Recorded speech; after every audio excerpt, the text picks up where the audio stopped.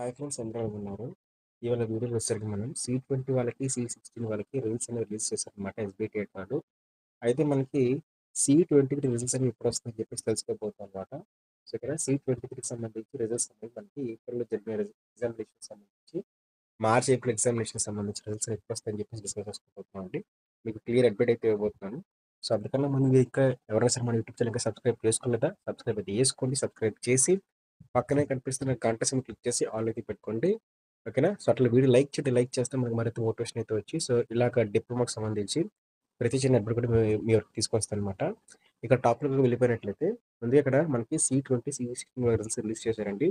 So, మీలో ఇంకెవరైనా సరే మనకి C20, C16 రిజల్ట్స్ చూసుకోకపోయినట్లయితే వెంటనే వెళ్లి చెక్‌ఔట్ చేసుకోండి. ఓకేనా? వెబ్‌సైట్ లింక్ అయితే డిస్క్రిప్షన్‌లో ప్రొవైడ్ చేస్తాను.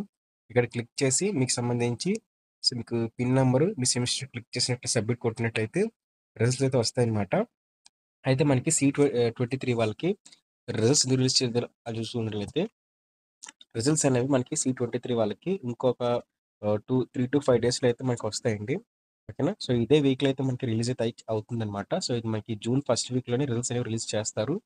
మనకి ఈ యొక్క ఈసెట్‌కి సంబంధించి సో, కౌన్సెలింగ్‌కి C20 వాళ్ళది, C16 వాళ్ళది అవసరం కాబట్టి ముందుగా రిలీజ్ చేశారనమాట. బట్ మనకి 1 వీక్ గ్యాప్‌లోని సో, మనకి C23 వాళ్ళకి కూడా వస్తదనమాట. C23 వాళ్ళకొచ్చినప్పుడు కూడా మన యూట్యూబ్ ఛానెల్‌లో వీడియో అయితే ఉంటుంది. అలాగే టెలిగ్రామ్ ఛానెల్‌లో కూడా పోస్ట్ చేస్తాను లింక్ వచ్చేసరికి.